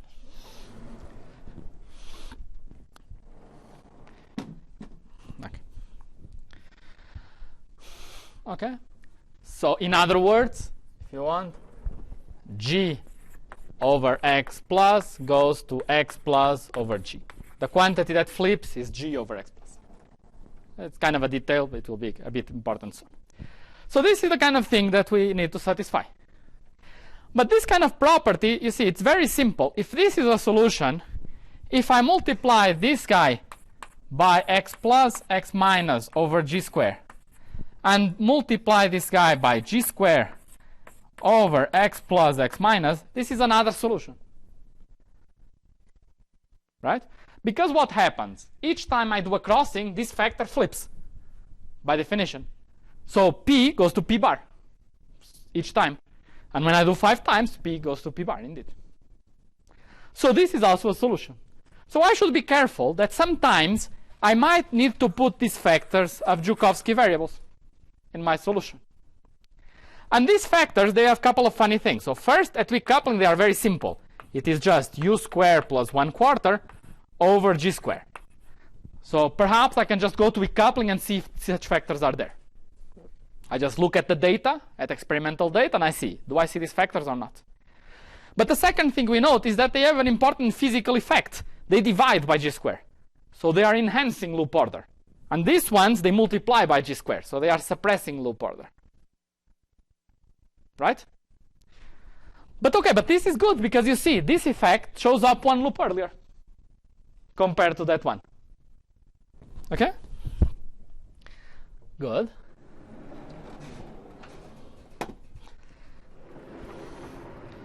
So now you have these two functions, and you ask yourself, what are the Fourier transforms of these two functions?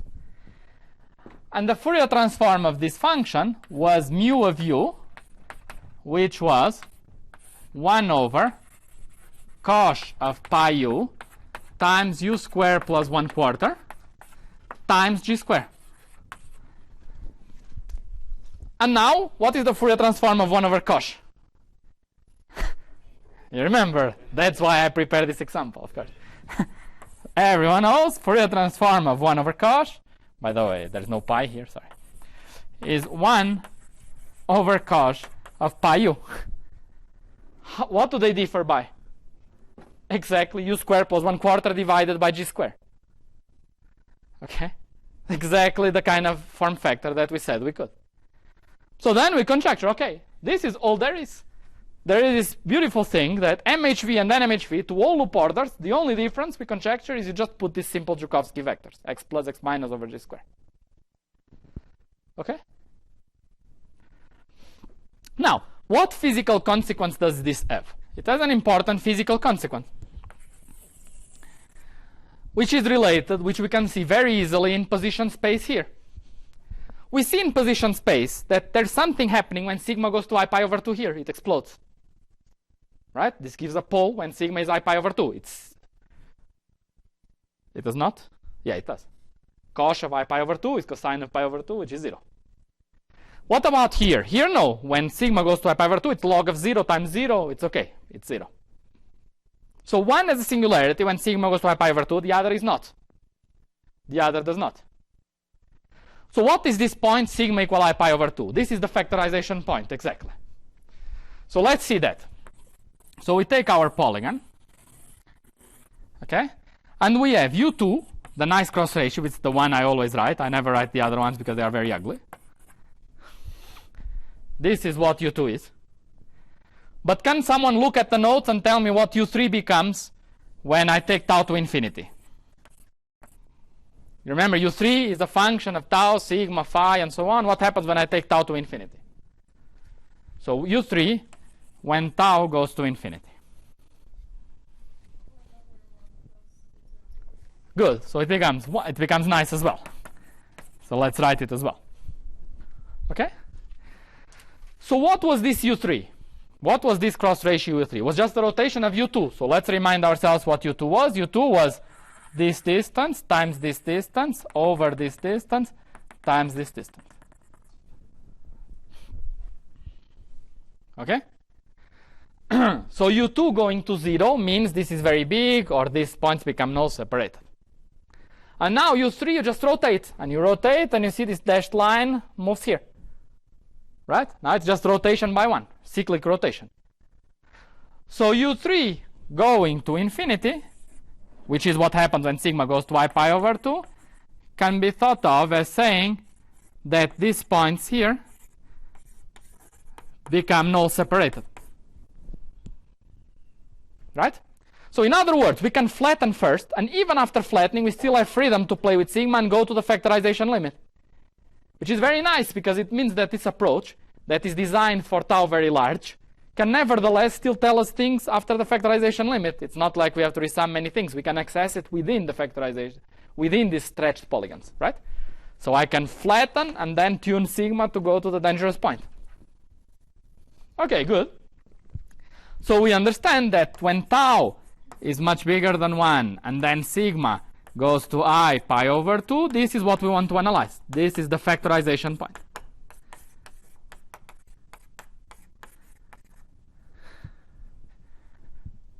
Right? Good. Okay, great. And indeed, we see this guy as a pole, and this guy has no pole. Okay, but this is leading order in perturbation theory. Let's not draw conclusions too fast. But okay, people that do perturbation theory will be happy with this conclusion. How do we see it in a language closer to the OP? How do we see this language in the language of this OP, of pentagons, and so on?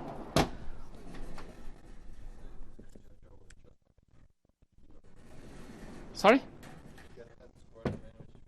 We could also do n squared and so on. That's the claim, yeah. This is something we understood 4 days ago with Lucy and others. So, but I think it's true. We might have to do some checks, but it's true. We cleaned up 5 days ago.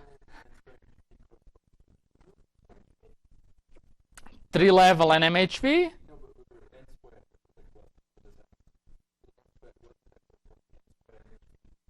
N square MHV hexagon is equal to 1. Okay, because N square MHV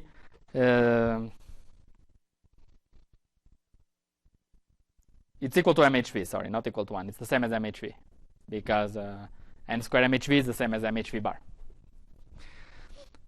Okay, but good, but let me come to that point. Because you see here what happened. I forgot to point this out. What's happening here? What's happening here is that you see, you get cosine of phi upstairs and just phi downstairs. Right? Why? Because you should put x plus x minus over g squared for the positive helicity and g squared over x minus x plus for the negative helicity. So the negative helicity is delayed. So what we are saying is that if you want to find a negative helicity guy in NMHV, it's delayed. And all this makes sense because you see, here what we are doing is we are putting stuff by hand on the Wilson loop. So we are helping create gluons because we are inserting stuff. Right? So you insert stuff with the quantum numbers of a gluon of positive helicity. So it enhances. So we put stuff with the quantum numbers of a gluon of positive helicity. Good, it wants to be created. But the guy of negative helicity, first you need to annihilate this gluon and then produce a gluon of the opposite helicity. So it's delayed in perturbation theory. Whereas before it was a one-loop effect. So it enhances some processes and delays some other processes. So we could predict what is the result that appears for NMHV. The first time that e to the minus I phi will appear will be at 2 loops. So you can already predict this. If you do a computation at 1 loop, you don't find minus I phi yet. Yeah.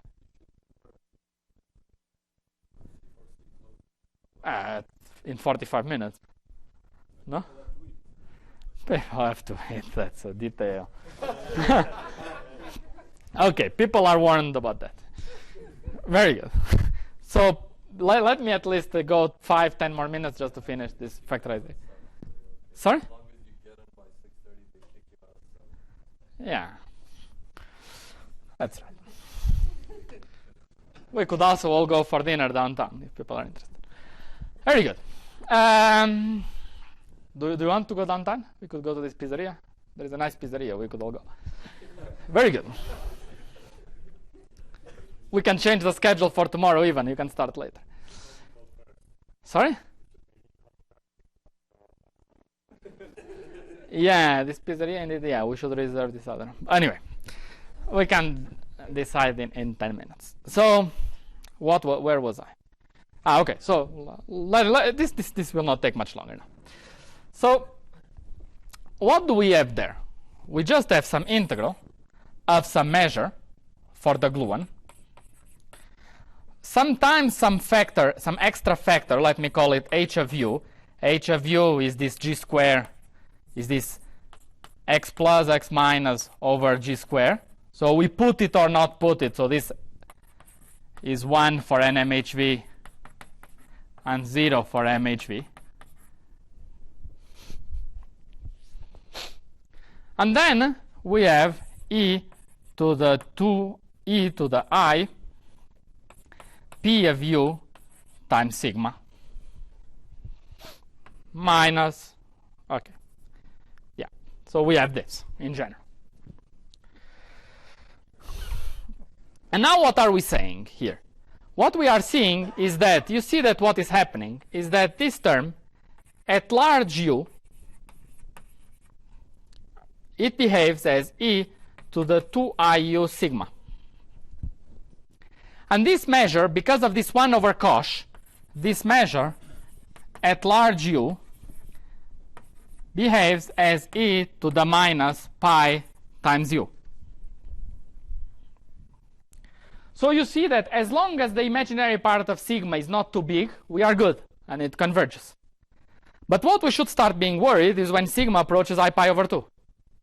If sigma approaches I pi over 2, this starts to be dangerous, or minus I pi over 2. Right? I mean, pi over 2, it's dangerous for minus infinity. Yeah. We can say minus I pi over 2. Okay?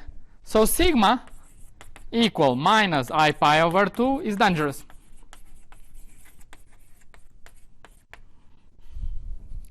And indeed, in the examples we considered, we see very well what happens, which is that for NMHV, the second line, we have no factor to compensate. And when we go to this point, indeed, we develop a pole.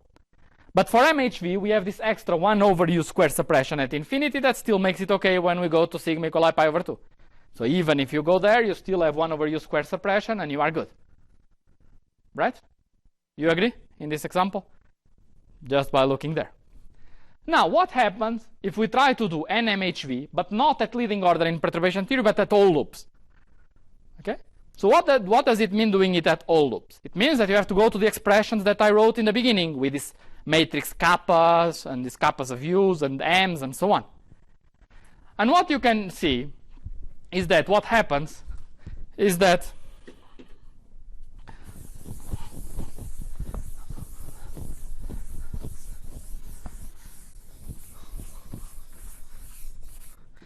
the behavior is roughly of the form. What happens is that this measure, mu of u, goes as e to the minus pi u from the cosh that is in front, which is the analog of these gamma functions in front. And then there is minus the cusp anomalous dimension. This is schematic. There is another term, but I'm going to write only one term, times log square of u.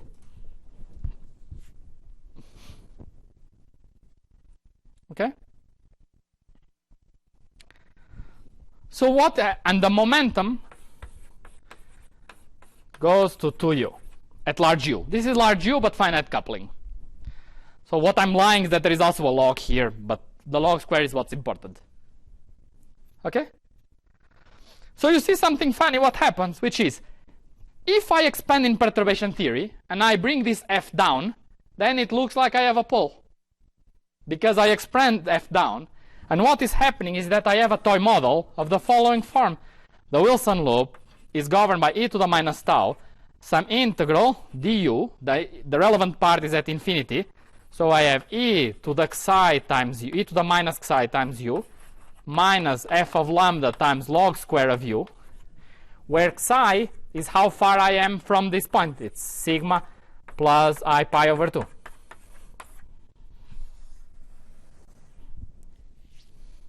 Or maybe minus that, I don't know. Okay? Right? As I'm approaching that point. So you see what's happening. If I take out this, and I compute this integral, it's 1 over xi. It's a pole. Right? What happens if I expand this down? I get integral e to the minus xi times u times powers of logs. So what happens in perturbation theory, at L loops, it will look like a pole. It will be 1 over xi, which is the famous BCFW pole that factorizes. And because of bringing down logs, I just get some log enhancement. Okay? But now we understand the fates of these logs that we see in perturbation theory. What's the fate if I resum all these logs? And if I take this expression but don't expand, take it at finite coupling? What happens if I put xi equals 0 here? I put xi equals 0, nothing happens. This integral is convergent. So there is no pole. So this factorization thing is a lie. Amplitudes do not factorize at finite coupling.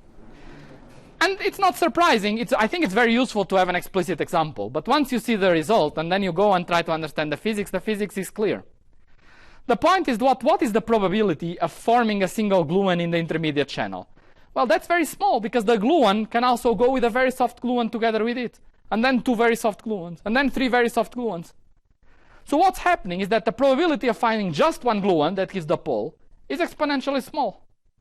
So the probability, when we compute the gluon, and the gluon is coming alone, this gluon comes automatical with e to the minus some cusp anomalous dimension, which I call in these lectures f of lambda, times some infrared divergence, some suppression, with how far we are from the factorization point. And because of that, the probability of just of getting this pole, which is of getting this single particle, is actually going to 0. So what happens is that when you are studying this factorization, you say, I keep these diagrams, and I keep these diagrams, and so on, because they have this pole explicitly here. And I drop the other diagrams. I drop the diagrams where I have 2 particles here and 4 here, because they have no divergence. Right? But this is actually the opposite of what you should do, because these diagrams are the ones that are going to be dressed by an exponentially small infrared suppression, and these ones are the ones that will give an order 1 contribution. So if you just sit at the factorization point, these are the diagrams that give you what the final result for the amplitude is. And these ones, they will come dressed by an exponentially small contribution. They will just vanish and go to 0.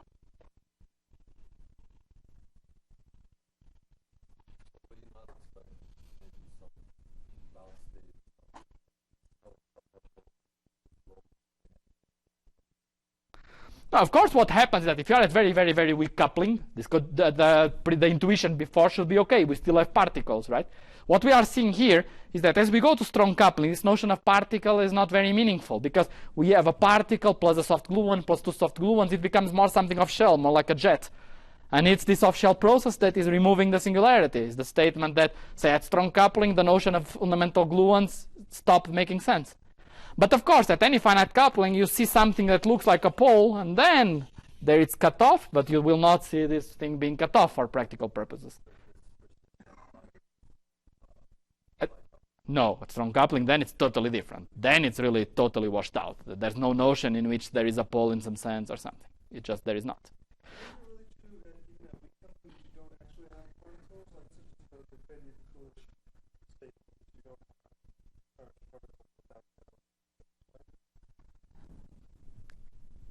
That's right, but the way you see it, but okay, that's right theoretically, and indeed, the way you see this thing is when you start doing perturbation theory at weak coupling and you start seeing these logs that are telling you that you want to, in fact, that you will infrared suppress. But of course, in experiments, we do see bumps. So.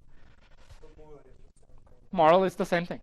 Moral is the same thing. Once you see it, it's not very surprising, but I think it's very good to have an explicit example where we understand the math of what's going on. And finally, the math is very simple. It's all about this integral, e to the minus psi u minus log square.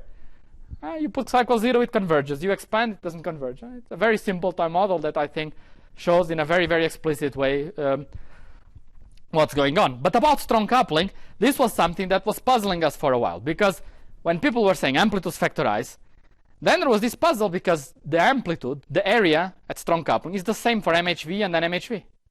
This area contribution should be universal. So what are we saying? This was what we were confused about. We said, do people want to say that this hexagon, that a new line will appear and this will become 2 separated surfaces? Just because these points become no separate? It's a very, very drastic effect. Suddenly the surface decides to go to the boundary. Why not? It could be. These points become no separate, the very fast particle is generated, and the surface just goes to the boundary. But it was hard to believe. Why would it happen for MHV and not for an MHV? It was not very intuitive at all. Then we really tried to find this order of limits. Perhaps there is an order of limits issue if these points are closer than the coupling is and so on, but we could never find it. But perhaps we still have to look harder. But I think the simplest explanation is that there is just no factorization. And there are some statements in the literature which are similar to this about correlation functions becoming Wilson loops and so on that I think are a bit erroneous, and that the correct intuition is that some dualities simply are, strictly speaking, not realized about concerning amplitudes and Wilson loops in the strict sense for the same reasons. So let me just end with one sentence, because I think it's something very cute, which is that, as we said, 2 of these gluons, if we follow these expressions to strong coupling, they have a sharp interpretation. They are 2 of the modes of the string. But the string in ADS5 has 3 modes, because the ADS5 is 5-dimensional, so we have 3 transverse modes to the string, right? Where is the third mode? Where is the third mode of the string? So we have the 2 Goldstone bosons, which are the F and the F bar. Where is the third mode in ADS?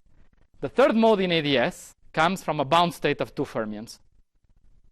I find it very interesting that this is the way this holographic direction is realized, is these 2 fermions.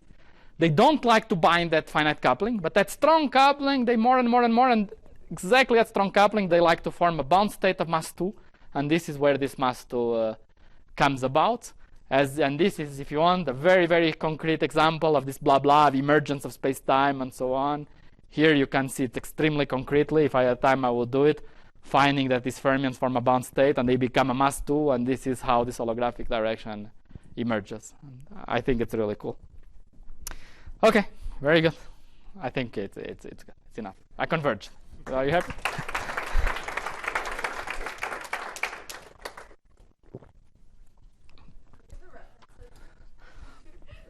Okay, so that's I'm going to it.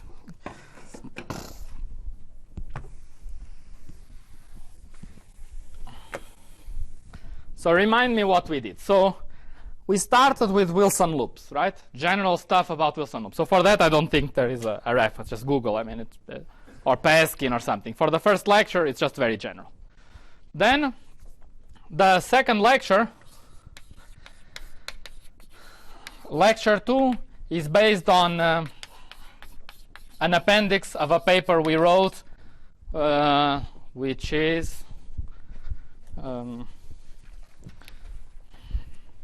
the appendix of 13062058. So this is about geometry. Also, okay, this is about geometry. Then lecture 3. Lecture 3 is about this ferro and antiferro. You can see a review by Fadev,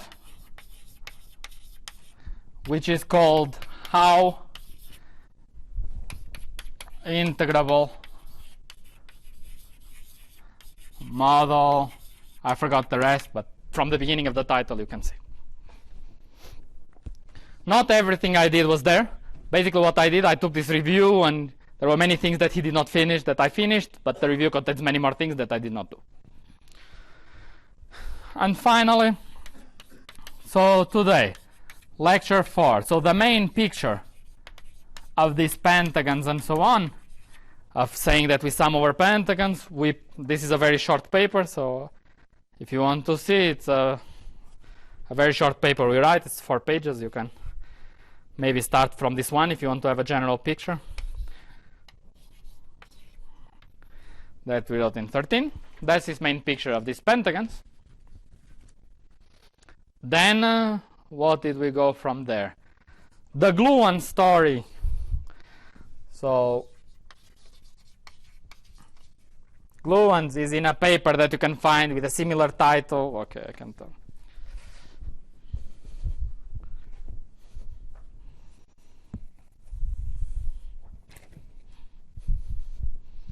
About gluons.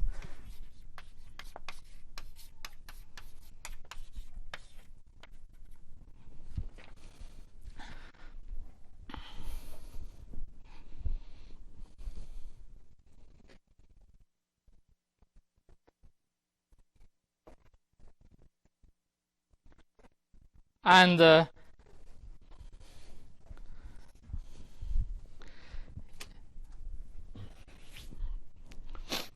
you